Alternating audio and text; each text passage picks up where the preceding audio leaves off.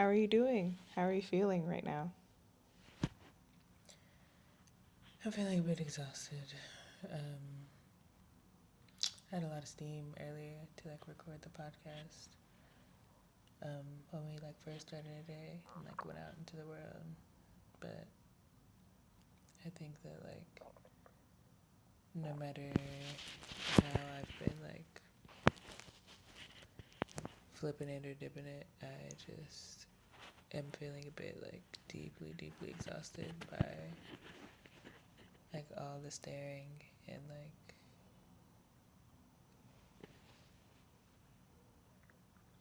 yeah, just all the staring or all of the hype. It feels like I can't really just have a normal day or just a regular day going outside, just as myself, just regular day. It feels like people are just staring or pointing or coming close in ways that just even if you do ignore it, it's just kind of hard to, if it's happening every time you go outside, it's kind of hard to keep, I don't want to say keep the same momentum, but just To not be aware of the fact that you're being stared at all day? yeah, constantly, unabashedly. I don't think I've ever been stared at so unabashedly, but by everybody. It feels like being in a horror movie, but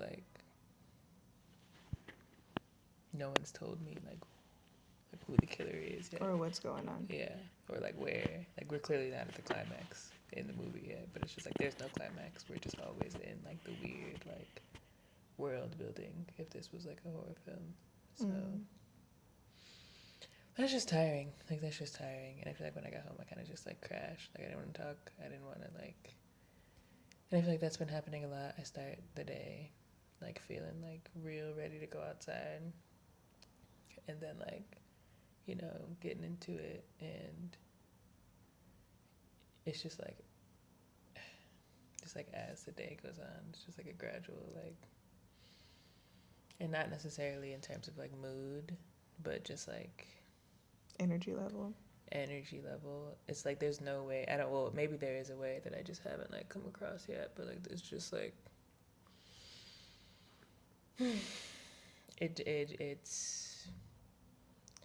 it's tiring. It's tiring to just be on display. It feels all day, or to constantly have boundaries crossed, or being at the nail salon, or being at different shops, and people just assuming that you're fine with being recorded or being on camera or having your picture taken. So, for context, for those of you who are listening into the podcast, we are in Asia. We're in Southeast Asia, Vietnam to be specific, because all the girls were ranting and raving about how wonderful Vietnam was. And if for some reason this is your first time listening into the podcast, we have been on kind of this journey and hunt for the last 3 months. This month is 3 months, or this month is 4 months, but looking for potentially a new place that we would want to settle down that's outside of America, because yeah, I'm sure we don't need to explain to you, America is quite literally the wild, wild west. We're recording this in January of 26, and it feels otherworldly to be Black right now, and otherworldly to be young, Black, opinionated, and gay.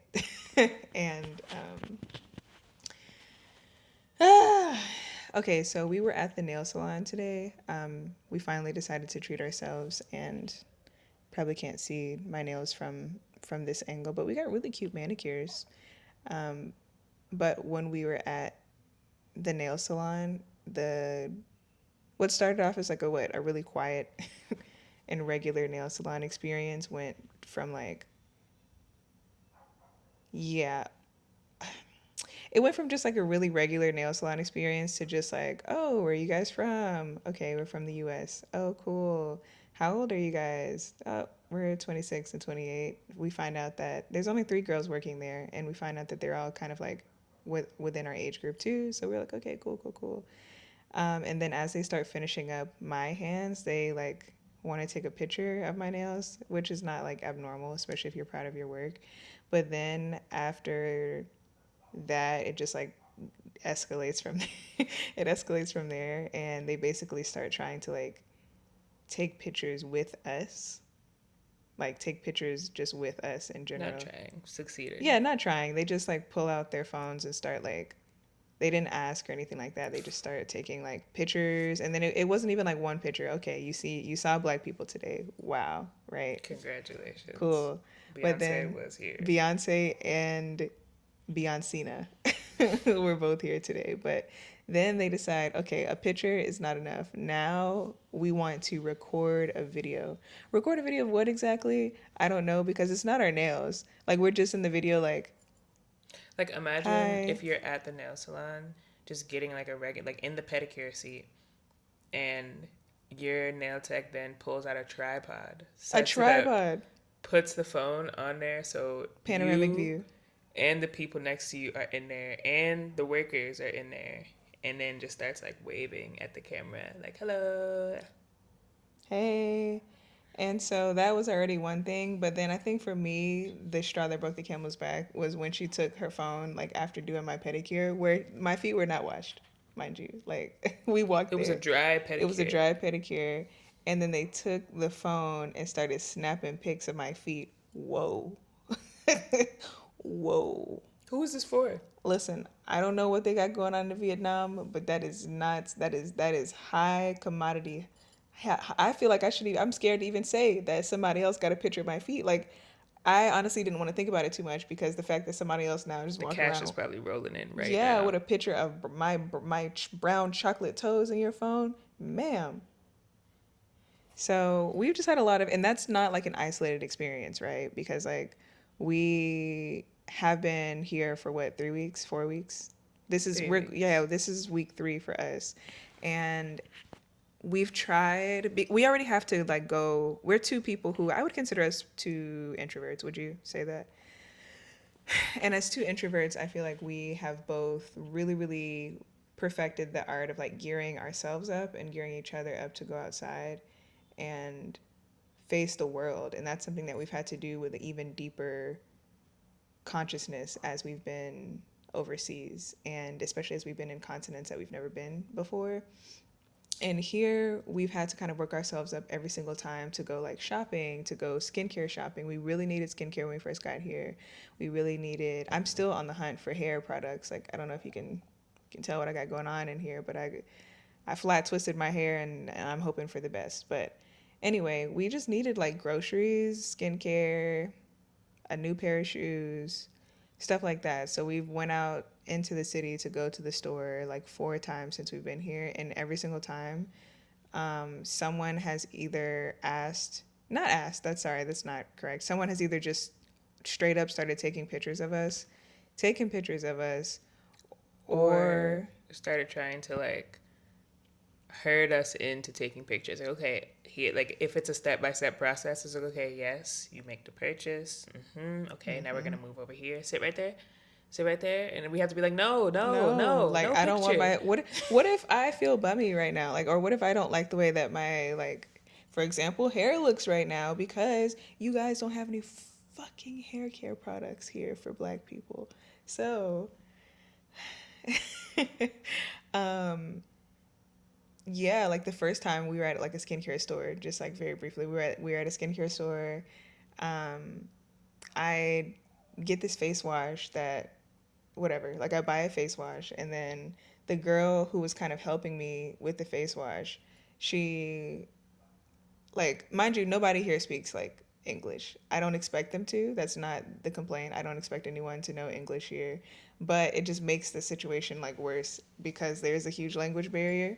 And we pretty much walk around with translators to like mitigate this process. But people, they don't even want to wait for you to pull out the translator. They just want what they want. So the girl helps me buy the face wash. I go to the counter, and then afterwards she like is motioning towards me, and I'm like, "Oh yeah, I got the face wash that you recommended. Thanks, right? Thanks, girl." No, there's like a stairway to the higher level, which it has like their sales items and stuff like that. So I was like, okay. After we made our purchase, another woman at a counter gave us like free gifts, whatever, like free face masks and stuff. Against my will. Yeah, against our will, whatever. We just took them. We took them. But the girl who helps me with the face wash, like, basically like He was like, oh drags no, us. you have to go upstairs Like now. you have to go upstairs now, and I'm like, okay, I don't know what this is. We go upstairs, and They made us play fucking Wheel of Fortune. yeah, they forced us to play Wheel of Fortune. There's like this rigged magnetic wheel that like does not like whatever. That's not important part of the story, but they just make me like spin this wheel for like more free products, and I was like, okay, sure, whatever. But like also, I would like to point out that like once we get up there, because like hold on, I was gonna say it. We get up there, and there's just like an ominous man standing in the corner with his phone like open and the camera pointed towards us recording. And I'm like, oh my god, what is this? Like it feels like, do you know like on Carrie, like when she was very obviously walking into a very very bad situation, or it feels like any scene where you see somebody getting like bullied, and like in like any modern movie where you see someone getting bullied at school, and like she walks into a scenario and everybody already has their phones out recording because 11 in Stranger Things yes, at the roller rink. like yeah, they got their phones out because they're about to see something good. I was like, are y'all about to jump me? What's going on? Are you going to take the stuff that we just bought what's downstairs? going on up here? Like, did we spend too much money in here? Like, so anyway, yeah, she like just starts recording me, and then recording us, I guess, because you came up there with me, and then like takes a picture of our receipt, and then like, It's like, bye. and then sends us on our way. What are you So, going to do with that? okay, cool. And then like a few days later, we go fucking shoe shopping, and then like I don't even want to talk about the shoe shopping experience. I'll talk about it. No, I want to talk about Okay, it. Because also alright. this adds to it. I know this isn't about us specifically or even about us being black. Apparently Vietnam is like newer to like customer service. So they just have something different going on in terms of customer service. Like she's Customer down there. service does not mean for them like let me help you. Customer service means Let like me serve you. yeah, and also let me be as like I'm a part of this shopping experience with you. Like you That's have a Vietnamese personal customer shopper. service. Like I don't care if you're ordering food. I don't care if you're buying shoes. I don't care if you are there to spend money. There is going to be a Vietnamese salesperson standing less than 5 feet away from Less you, than 3 feet away from you. breathing on your neck. Whether you like it or not, you can't opt out. Like There's no. There's a What are language you gonna? barrier. Yeah. What are you What are gonna? you gonna say? What are you gonna say? So, okay, you can talk about I just want you guys to keep that in mind that the entire time we're buying shoes, there are 3 Vietnamese people like hovering. There's no such thing as just like browsing by yourself. No. No. We're browsing. And together. God forbid you're browsing and you don't look Vietnamese. So now they really want to work for the money. But So we go to the shoe store and she was very helpful, very nice young lady. However, like their idea of customer service, for example, is like shorty trying to take my shoes off for me. The shoes I came there with, she trying to take them off, or she trying to put the new shoes on me to like she's lacing them up for me. And like personally, I am a big like personal space person. Like I like personal space. I like personal space. And also shopping is supposed to be relaxing. Like it's supposed to be like. Honestly, I think this is single-handedly helping my like issue with like shopping as a form of comfort. Like we had a conversation before we got here about how we're trying to be more responsible spenders, and I'm trying to be less of a consumer. That was one of my goals in 2025 was to be less of a consumer, and it still is now. You guys are single-handedly curbing my consumerism. Because now I can't anxious even to I go can't in the even store. shop for fun anymore. It's not fun. I can't even what's a retail therapy? I can't have retail therapy anymore. No, it's exposure therapy now. Okay, so yeah. She's putting the shoes on, taking them off, lacing them up. She's the one checking the toe. I've never had nobody check the toe of my shoe Besides to make my but my mama. mom at the store when I was younger. So it was just like already like a kind of like an overwhelming experience, and we're working with her because I'm noticing that this might just be like a cultural difference. And she wasn't mean or anything like that. She just wanted to be a part of the shopping experience. Cool. We buy the shoes. Also, I think it's important to note that she also like is using. There's like a level of glazing that be going on here that like I don't want. I don't. How can I say this in a way that YouTube is gonna get mad at me? I don't know, but I don't want my dick sucked. Please. Not here, not by Please. you. So like we're trying on, even after we're at the counter, we just happen to see some sunglasses. We trying on the sunglasses, and we are not That's aware. First also of all, not a personal experience. yeah, whatever. Okay, by this point we're trying on the sunglasses, and we don't realize that the sunglasses are apparently really expensive. They're by the like Korean fashion brand Gentle Monster, so they're like really expensive. So in order to like try to make us feel better about wearing the sunglasses, she like, yeah, fashionistas. You Yes, Rick. Go, Rick. Go, Rick. Go. Go, go, Rick. Rick, Go. go. It's like, oh my God. I was like, wow, I really don't need to be like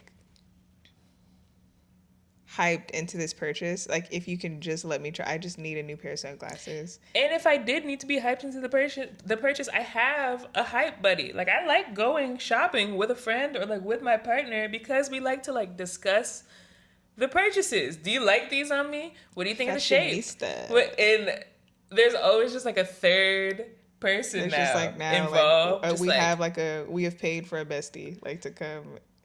Anyway, okay, we get ready to leave after making our purchase. No Gentle Monster glasses. Thank you. Take that off. We get two just regular pairs of shoes because we were doing some walking around that day, and we didn't really have good walking shoes for the both of us. And before we leave, after, she proceeds to remove the shoes from our feet and put new shoes on, she is like, can I take like a picture of y'all? And we're like, no, thank you. I don't wanna. sister, no. No. I don't want to. I really don't want It's a to. fair thing to say. Like, is it no. okay? Is it okay if I don't want my picture taken? And then that's not okay. So, we're trying to be better. I'm trying to be better with boundaries. I don't know about you, but we tell her, nah, we're good. And I decided to hide behind the guise of like, I even wrote it in the translator app. I said, no, I'm shy. Would you believe it? I'm shy. That's not even a lie for me. I do feel shy. That's not a lie for me either. I make YouTube videos, and I haven't even really pulled out my camera to make my own YouTube video because I'm just not feeling very in the mood right now. If like, is that okay? She's like, oh, you're beautiful. No problem. I've never felt like, I felt like I was like going back and forth with like a man. When a man is really trying to get your phone number and he like, nah, but please, like, no. Like, it's not even like you can't have no friend. You can't have no friend. No. So, okay, no, we're shy. Boom. We get our bags. We walk into the door, and then she tries to like usher us to like, the photo point. So come, you see these you suitcases? come this way. Sit right on here the suitcases. with the bag. I don't want to take a picture. And we use the translator to tell you no, thank so you. We're saying no. like, Stop it. You're playing. We with don't me. want to take a picture. You're we playing. don't. I don't want to. So now. And also now she's called other workers over there. There's like a male worker now who done came that I ain't never even seen this whole time. He's setting up the camera. He's setting up the camera. He got it on the tripod. One thing y'all do got, if nothing else, is tripods out the wazoo. Cause whatever. So anyway, we literally have to like bully our way out of the shoe store that we came into, and we did make a purchase. Like, I gave you what you wanted. I paid the money. And we were already, of course, we were forced into leaving a review. So we already left the review. We did our due diligence. No. As patrons. She left the review for her own self. She left her own. She was like, no. You just, like, you clicking your finger on my phone screen. She typing up the review for us. Like, yeah.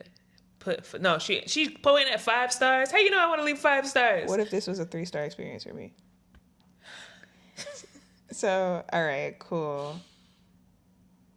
That happens. We leave. And I just now want you to imagine this repeated like 5 times. Like this exact experience in different fonts repeated 5 times. And in between that, we're at the grocery store, we're on the street, like, kids are pointing to us. We went to get ramen today, and somebody just started saying the words fried chicken to Ayana, just over and over again. While I'm trying to explain to this lady that I have a severe nut allergy. Like, that's not what I'm talking about. I'm just trying to figure out if there's nuts in the dish I'm trying to get, and he's next to me like, because the dish was spicy chicken. I was like, no, in the spicy chicken dish, hold on, he's next to me, fried chicken. Fried chicken. She asked me for fried chicken. Now if I kick that fucking stool from, I'm sorry. You cut that out. Nah. One take only. We're trying to do better at doing one take wonders for these things. So, um, And all right. I hate to even have such like a negative. I feel like we say that we're gonna come on the podcast and be so positive because we do. We have genuinely good experiences when we're traveling, but what ends up bringing us to the podcast mic is It's just not. when other things take place. Like I think this is just so funny considering the fact that last episode we were like, oh my God, listen guys, it's not all bad when you're traveling. But I think more so what it is, it's less about the fact that like traveling is bad and it's just more so about the experience that kind of we wanted to start the podcast for in the first place, which is like being black is an event in itself. And I think that what I'm coming to realize, and you can correct me or like, add on to this, but I think that I didn't think that I would exactly escape my blackness by leaving America, but I was really looking forward to maybe getting a break from the weight that being black in America felt. And while I don't regret leaving America right now, and I don't regret not being in the like battle zone that is America, I am feeling a little heavy at this moment, and I'm feeling pretty, yeah, I'm feeling pretty heavy about blackness still having this like tremendous weight on my shoulders in just various different ways. Like in Europe, it was like Europe I felt like was like this like it's where white people go to forget that they went and colonized the rest of the world. And then that has its own connotation. Like when we were in the like OG colonizer countries, there was staring, but that staring was different. That staring was like, well, ooh, my shit. Yeah, how did you get here? Like, what are you? Like that stare had like an ancestral weight to it. And the staring here, while I do think it's more innocent and it's less like weighted in oppression and these sorts of things, this is more of like an experience out of curiosity for the most part. I still think that the relationship that people, even who are not our direct colonizers, have with blackness is deeply, deeply influenced by the relationship that I have with the descendants of my ancestors, colonizers in America. Does that make sense? Mm-hmm. I feel like anti-blackness has shaped the world so much so in a way that even your curiosity can't help but be a little racist. Like your curiosity has to involve some sort of dehumanization for me. And as someone who is a relatively like, I don't know, conscious person of that, like I feel like I operate the world relatively conscious of like the relationship that my blackness has to the world around me.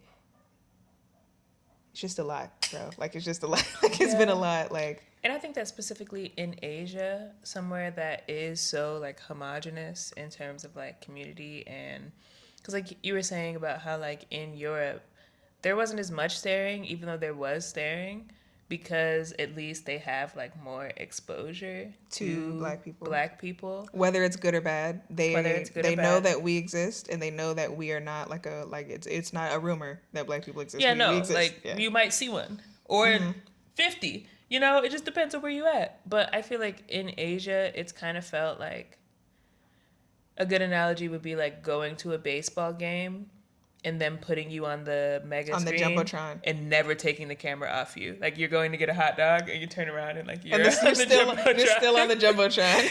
You're like going to the bathroom and they're just outside the bathroom still like with the camera waiting for you to like come back out, and you're like a good example would be like today at the grocery store, there was this little boy just minding his business until he saw us being black, and he was like, and we were like picking fruit, and he took it upon, he couldn't be more than like 6. Yeah, he took it upon himself to like come over to the fruit, put his face in between our eyeballs in the fruit to like reach around and just be like, and just look at us, stare. And it would be one thing. I think that like where it starts to wear on my energy, I would say about 50% of the time when we have interactions like this, grew up in the South, so I feel like I have a pretty relative amount of like hospitality, like Southern hospitality. So my natural inclination is to like smile at people when they look at me, or like nod, or like acknowledge the other person. And that just doesn't happen pretty much anywhere. And so 50% of the interactions that we do have, I think people, like even the boy, I looked at the boy and I said, hi. I look at the boy, no, blank face, because it's not really about, That's kind of where I was going with what I was yeah, saying. it's not like about It's not about you being us, or a like us both human, being people looking at each other. It's about you looking at me as an exhibit. and you are not conceptualizing the fact that I have the ability to look back at you. And that's kind of what I was saying in terms of like the difference between being in Europe and being in Asia. I feel like because it's such a homogenous space, they don't often have, unless they've been out of Asia, they don't often have the experience of being othered. So it's like they have zero empathy for what it must feel like to have everyone in the room, including you, just like staring at you. I feel like even if it's not coming from a malicious place, that doesn't take away from the fact that it does feel very dehumanizing in a way that I know that they're not internalizing. Because even like you'll look back at them, no smile, just like blinking and maybe staring harder. Because like they're like, oh yeah, now I'm getting like a head on look.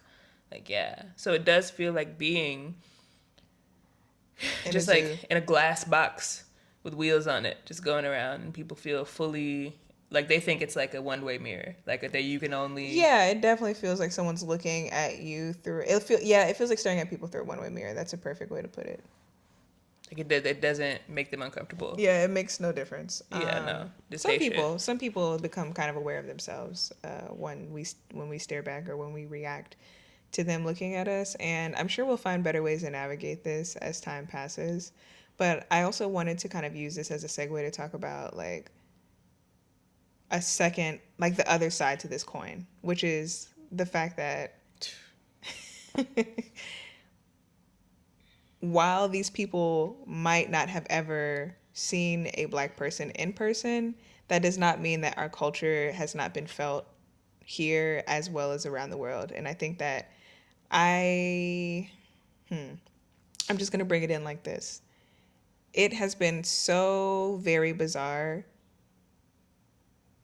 in this time of January of 2026 to see, to hear my people, but not see my people everywhere. And I mean that in Vietnam. Sorry. I mean that in Vietnam, but I also mean that in America. Like,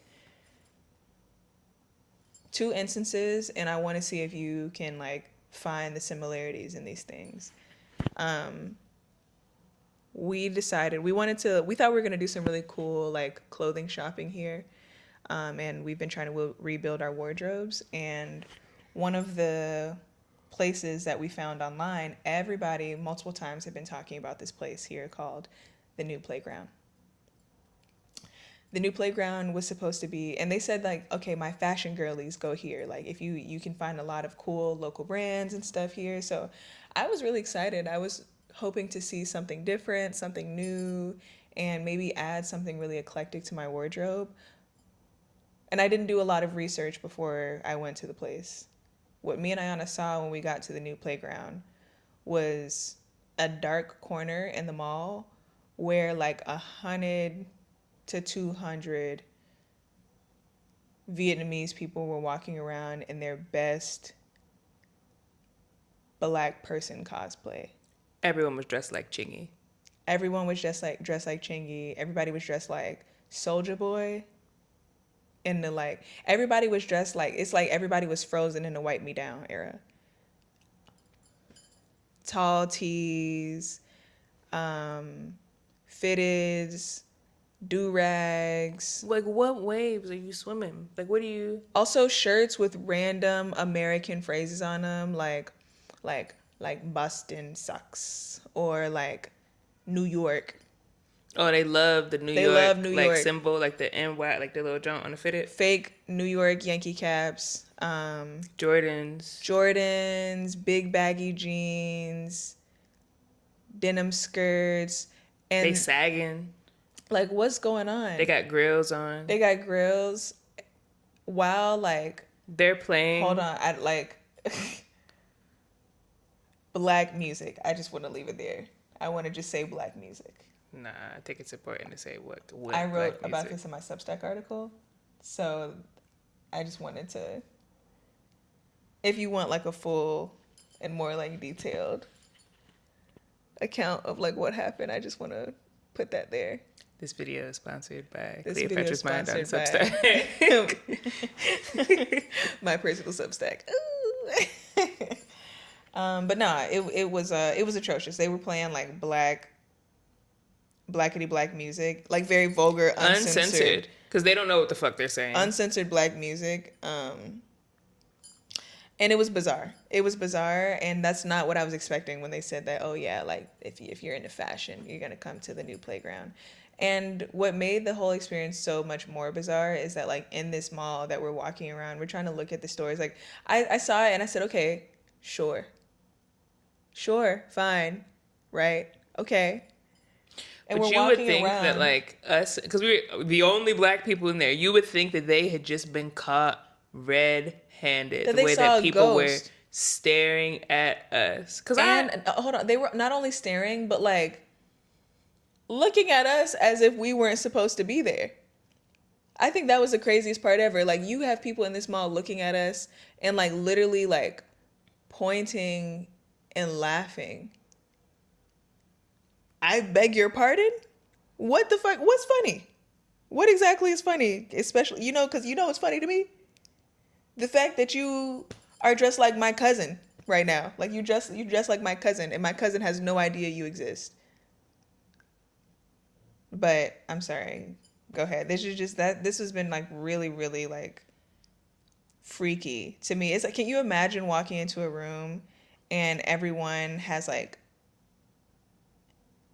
is dressed like you? Like, can you imagine walking into a room and everyone has your like a perfectly printed mask on of your face?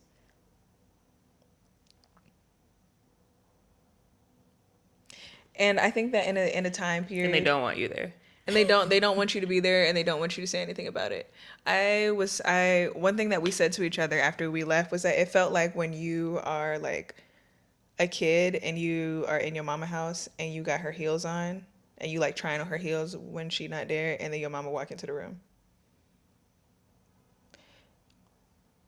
All of this is happening, and we're trying to make sense of this while we happen to sometimes, I don't know if we do it for comfort or for grounding or just to kind of stay aware, probably a combination of all of these things, but we happen to tune into the news and see that unfortunately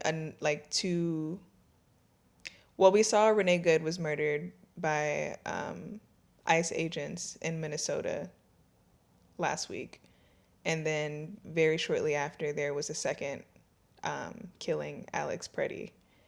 And I don't intend to make light of that situation. I think that's like incredibly unfortunate. And I also think that state violence against working class people in America is not something like new that has just started happening. But that is not like a phenomenon or issue that I, as a black person, as a black American person, is new to by any means, because public executions of black Americans have been happening in this country as like longer than I've been alive. Forever. But most importantly, especially in the 2020s, especially even in the 2010s, like at least from my knowledge in my lifetime, this has been brought into my awareness from like Trayvon Martin all the way to Mike Brown in my lifetime. So I think that while it's been very disorienting, at the same time, if you can make that connection, to see this watered down, appropriated version of my culture being like repurposed, repackaged, and sent out for other people's benefit with me nowhere in mind. At the same time, you have people now repackaging slogans like "say his name" in America. You have people saying things like using the same cadences, using the same tones, and acting like never before have we seen or been in a situation like this one where people are being murdered by the police, and yet you still feel the need to like co-opt our language and use it to get your point across.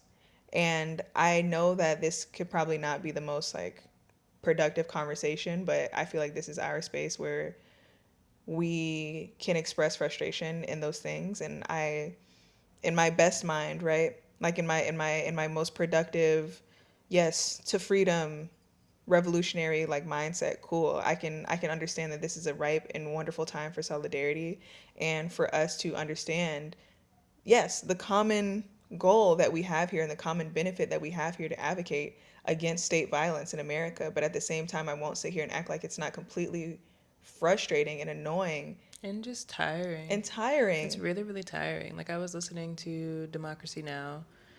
Today. Um, yeah, today.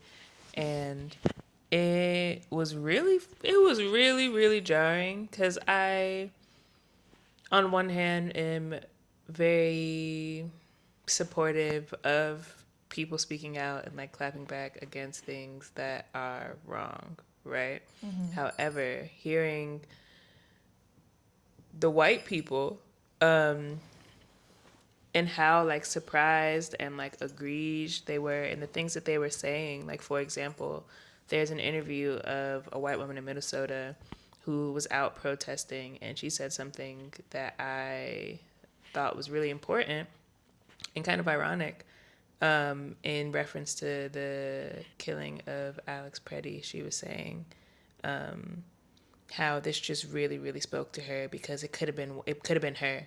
Like he looks just like her son. Like it could be any one of us. And in saying that, like she is talking about white people. Like she's talking about how jarred she is that now they are killing white people. Could it not have been any one of you when George Floyd was being choked out on the streets? It couldn't have been your son then, right? Because that No, only because he happens doesn't. to, Because he yeah, doesn't look like her. Because he doesn't look like her. And then that was followed up by they were holding I don't know what to call it, like a protest or like a a vigil.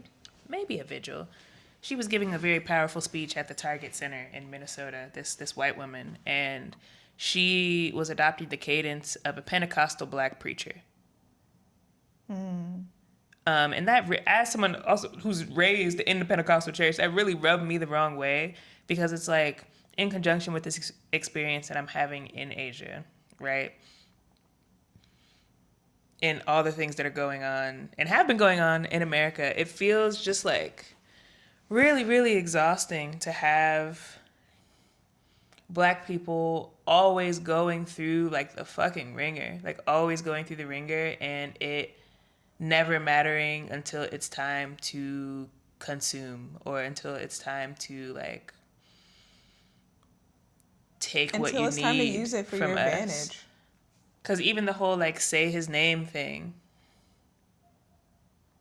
We why can't you hold, guys come up with your own stuff? or Or your own like, slogans. Like we whole came up with that slogan because of the lack of willingness for people to acknowledge the injustices that was happening against black women, black men in our community. And like nobody is not saying his name. Like the fact that I haven't even, everyone's saying his I am name. in Vietnam right now. I am in Vietnam right now and have not at all struggled to remember or know the name of Renee Good or Alex Preddy because of the fact that his name is on the tip of everybody's tongue, as it should be. Like we should advocate for people who are victims of, senselessly victims of state violence. However, that doesn't mean that it's not icky for you guys to just co-opt the language and use it to your advantage when you get good and ready. Always. This is not like an isolated event either. So like it just it's getting to a point of just like exhaustion.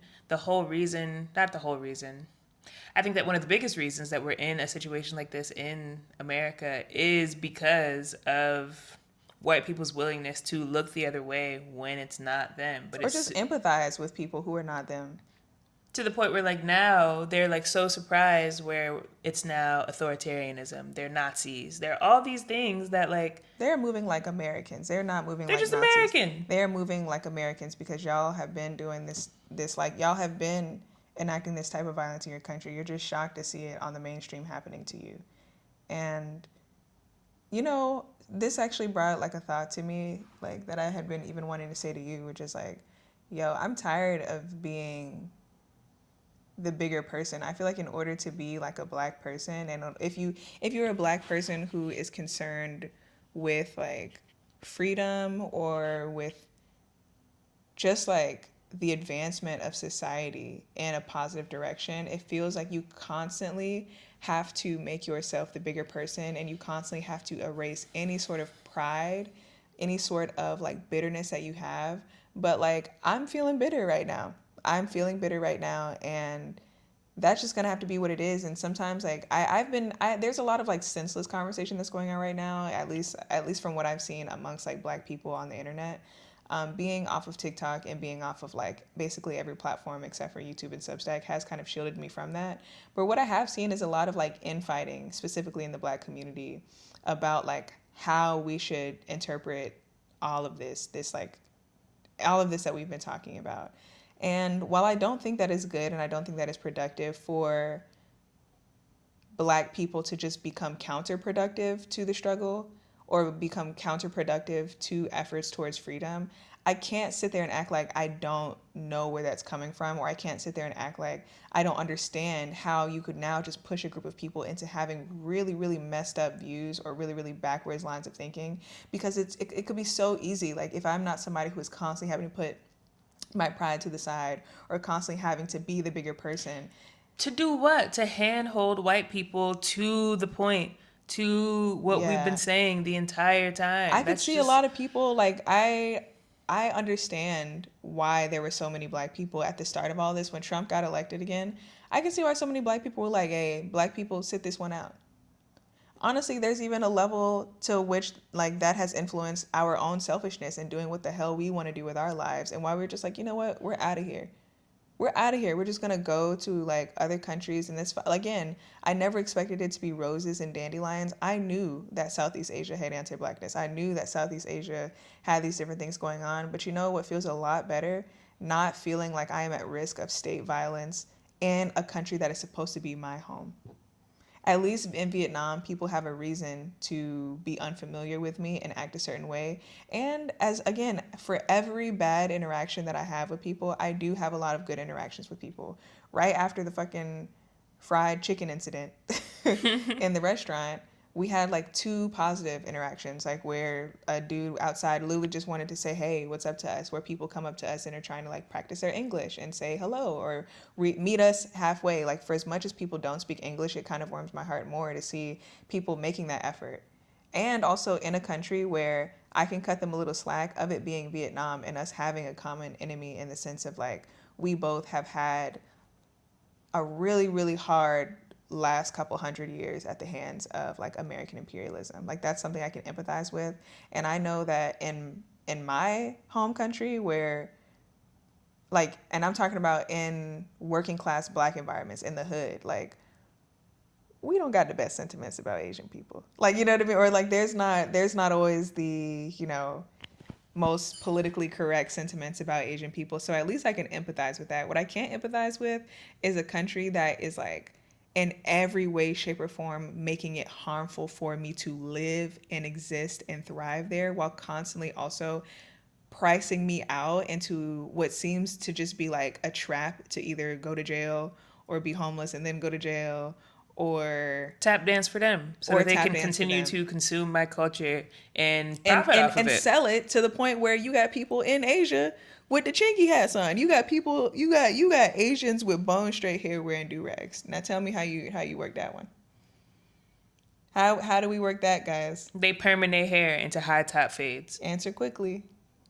But you know what's So funny? I'd much rather see it on some random Vietnamese person across the world who has never had any hand in like enslaving me. yeah, then see it on Christopher Columbus, Gen Z Christopher Columbus Oh, can I please personified. talk about the video? Oh my God, yeah, we can spend the last. We have like what, like I think like 15 minutes left on the SD And card, so we can do all that. this done happened today. All this Yeah, done mind happened you, today. all of this has happened within the last 24 hours. So earlier today, I was watching a video by a creator named. I'll put it on the screen. I forgot her name. A white masked lesbian creator who made a video about how white masked lesbians are why their default is just like appropriating black culture. Specifically, black masculinity. Yeah, and you know the thumbnail was like Billie Eilish or Chingy. I'm unsure which one it was. Chingy Eilish. So like I was curious to see like where she was gonna go with it. But basically the video kind of just like devolved into, guys, like we just have to really make sure that we're educated about like black culture, and Like then we nobody's can telling put you it to on. take off the black costume. Yeah, like you can wear that. Like Billie Eilish can wear the baggy clothes. Who 'Cause, gave like, you permission who the to fuck give Billie died Eilish and made permission? you chief of black culture? King of the niggas. Who made you the voice of like what you can and can't do, and that who says you just got to be educated? Also, mind you, the education that she was like pushing was watching Pose, And watching watching Paris Paris is is Burning, Burning. and Moonlight. And she was like, yeah, so like if you just get educated, it's not that bad. Like black Do people just not need to piss understand me off. that like, cultures blend. Like cultures blend. And like I can understand why like white mask lesbians and like, white people wouldn't really want to identify with like, like white male culture because, at this point it's just like racist republicanism. That's Yeah, you wait, guys' business. that's your business. What is she to be specific? She said like when you emulate white masculinity, it gives Republican. But when you emulate black masculinity, it comes off as more Cool. like and liberal, to be specific, or like more like left leaning. I What are you talking about? I don't think that means that then. I think that means you guys should do more about like what whiteness means in 2026. That like Amongst yourselves without our input at all. yeah, that doesn't mean that you just then start like doing what we do. It means that you fix what's going on, whatever the hell is going on internally in your space. So then we can actually blend cultures as you want to do. But like even in the way that cultures blend, like something that we were saying earlier that I want to bring back is that I'm also in like this air of being the bigger person.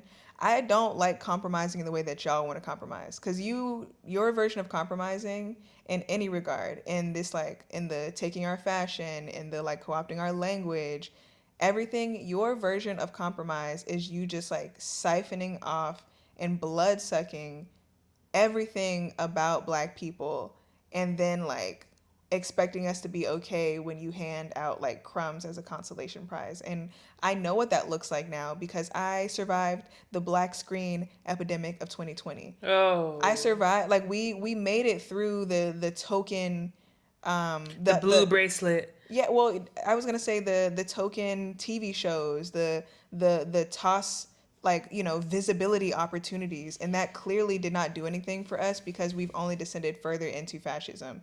And so these performative acts of like acknowledging the culture. It's not just enough to acknowledge the culture. What did Malcolm X say? And I know I'm gonna super paraphrase it, but like Malcolm X said, progress is not like if you stab me in the back and pull the knife out 3 inches, that is not progress. Pulling the knife out all the way, I think he said, wouldn't even be progress. It's only when that wound begins to heal is when we truly make progress.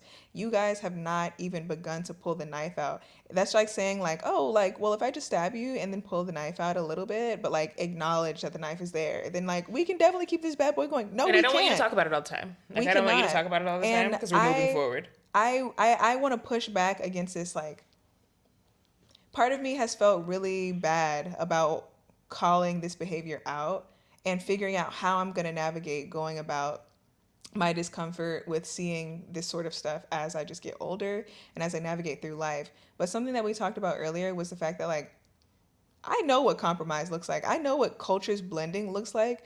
And I know that you do too, because we are Black Americans, because I grew up in Florida, because I grew up in the South, and because I spent part of my childhood in New York. And you know what I'm talking about as someone who has spent your entire childhood in New York. Like, I have been around other communities of other races of people who we have interchanged cultures, and where even in situations where people have gotten too comfortable, like when there's a kinship there, when there is a genuine mutual relationship there, that is when cultures blend. That is when language blends. And I'm talking about being Black around Puerto Ricans, being Black around Dominicans, being Black around Haitians, Jamaicans, Caribbeans, immigrant communities. Immigrant communities for a long time have been able to blend, not perfectly, but they have been able to blend with Black Americans in a way where they sometimes get a little hood. They adopt behaviors and mannerisms from our community. And also, we pick up a lot of slang from their community. And that doesn't always happen in the best way possible, again, because that wound that Malcolm X was talking about has not fully healed. But it feels so much better than whatever the hell you guys are trying to convince us to do right now. And I think we should stop going for that. Are you trying to convince me that, in a nutshell, Billie Eilish putting on a black scent in her best chingy fit is something that she does not need to stop doing as long as she watches Moonlight or Paris is Burning Stop it. and make sure that she's educated about what she's stealing? We should share. So, New Year's resolutions for 2026 is not going for it. Not going for it. Pushing towards peace, like, it's still like, an active effort towards peace, progress, freedom, liberation for all people. For all people. And I don't even mean that in like a watered down disclaimer way. Like, I genuinely, It's not all lives matter. yeah, this is not also all lives matter stuff. I want to see free Black people. I want to see free Black women. I want to see free Black Americans. And I want to see a free Palestine. And I want to see a free Congo and a free Sudan. And I want to see a free all the other small nations and countries of people who are not being talked about because they're in the forefront right now. And you know what? I don't want to see like working class white people in America suffering either. But you know what I don't want it to be? At the expense of me and people who look like me. So let's make that a resolution in 2026. And I hope that we can find some sort of middle ground and grace as we, like, I hope that in some way I can quell this now new forming and new developing Afro-pessimism that I seem to be adopting as I travel overseas, because I'm having a good time and I'm going to keep having a good time. But I think that we as people should do more about like saying when something bothers you. I guess that's what I'm trying to say. We should be able to say when something bothers us and then go back to having a good time. But we all can't have a good time if you have to have a good time at the expense of Black people or at the expense of somebody else not having a good time. Does that make sense? That's all I gotta say. Any closing remarks from you?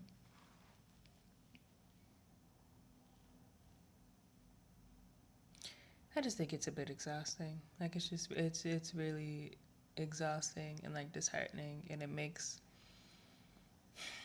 if I'm being honest, it makes me not really want to share like spaces with white people in a certain capacity, because it's like you never know how to be in the space and be like Regular.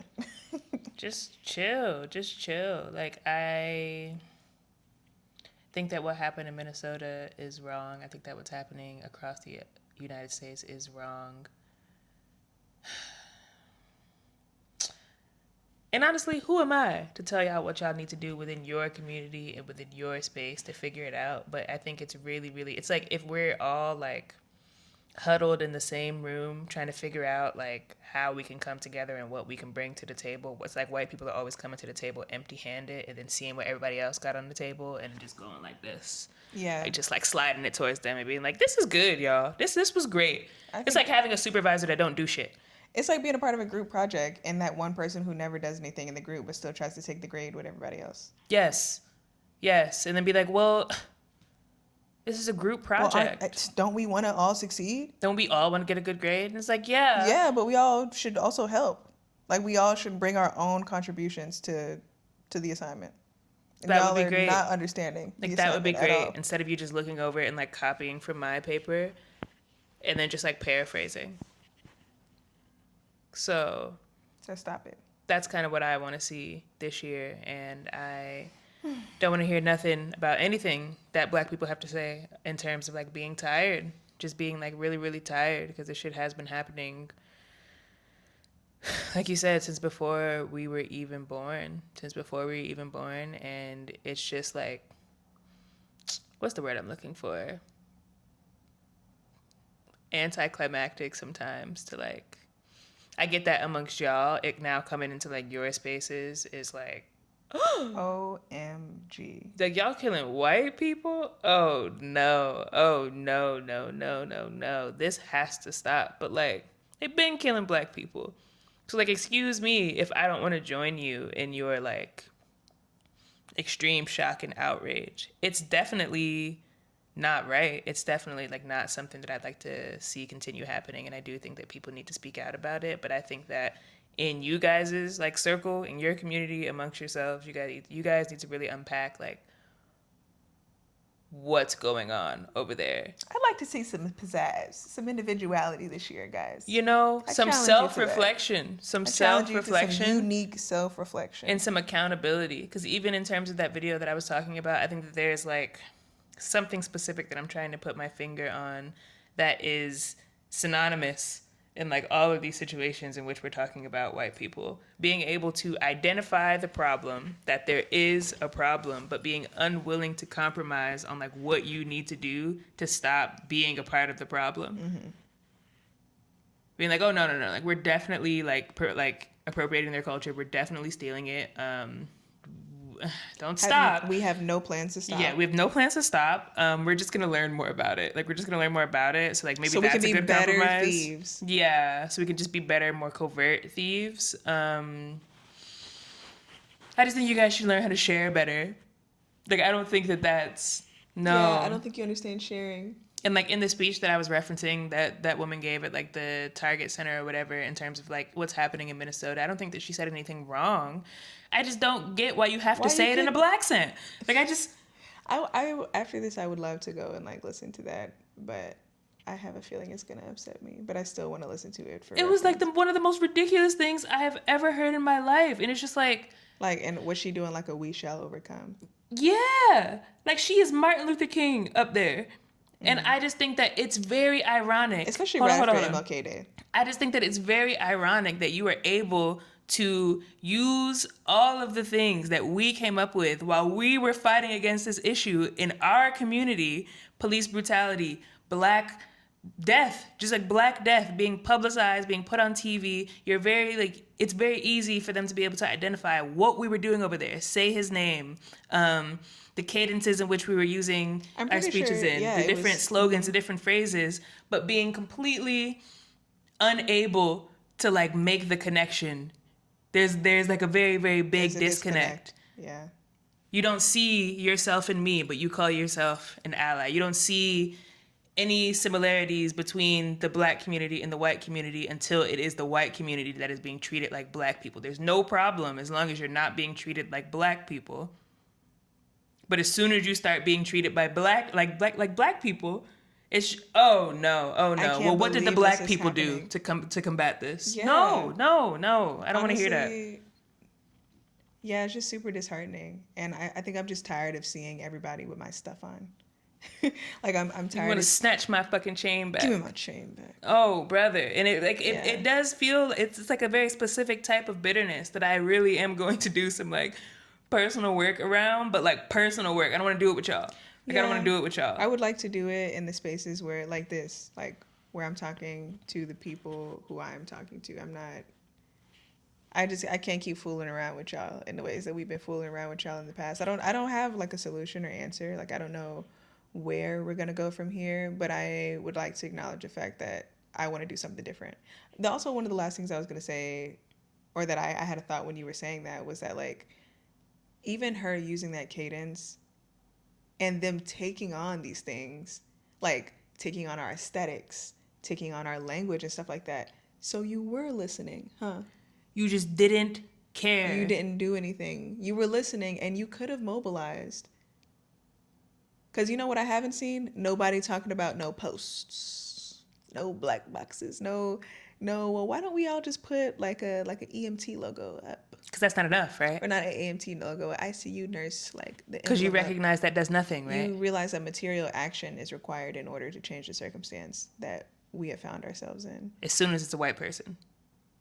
So I don't know. I think maybe everybody's fatigue is with the fact that like now you're going like this, pulling the mask off and being like, yeah, we was bullshit. We knew they was tripping. We knew they was tripping. I also, I think that if you can hear us loud and clear enough to imitate us, then you can hear us loud and clear enough to take in the things that we're saying and process them and sit with them and chew on them past the initial and immediate reaction that you might have about the things that we're saying. And I think that's even true for this video. I know that like somehow, some way, this video will inevitably come across the ears of someone who is not Black. And I hope that in this time and in this space where someone, like, the headlines are talking about issues that Black people have faced, but Black people are not the ones experiencing it. I hope that that can put you in a place of empathy that you might not have been able to access before. And maybe now you can think about what such an experience has been like for people who don't look like you, but who are human beings nonetheless, just like you are. So, yeah, we're Black, we're angsty, and we are abroad at the moment, and yet somehow still feeling a connection, a empathy, if you will,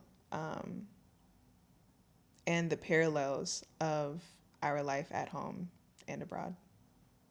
And you know, within all this, I'm never tired of being Black. I'm tired of being Black with y'all. Oh, You know what I mean? yeah. Like, I've never felt a fatigue with being Black. I love being Black. But sometimes I'm really, really tired of being Black where y'all can see it. Because clearly, Yeah, I hate being Black with an audience. You can't handle that. Sometimes I like being Black. I don't like being Black with an audience. I like being Black amongst the community.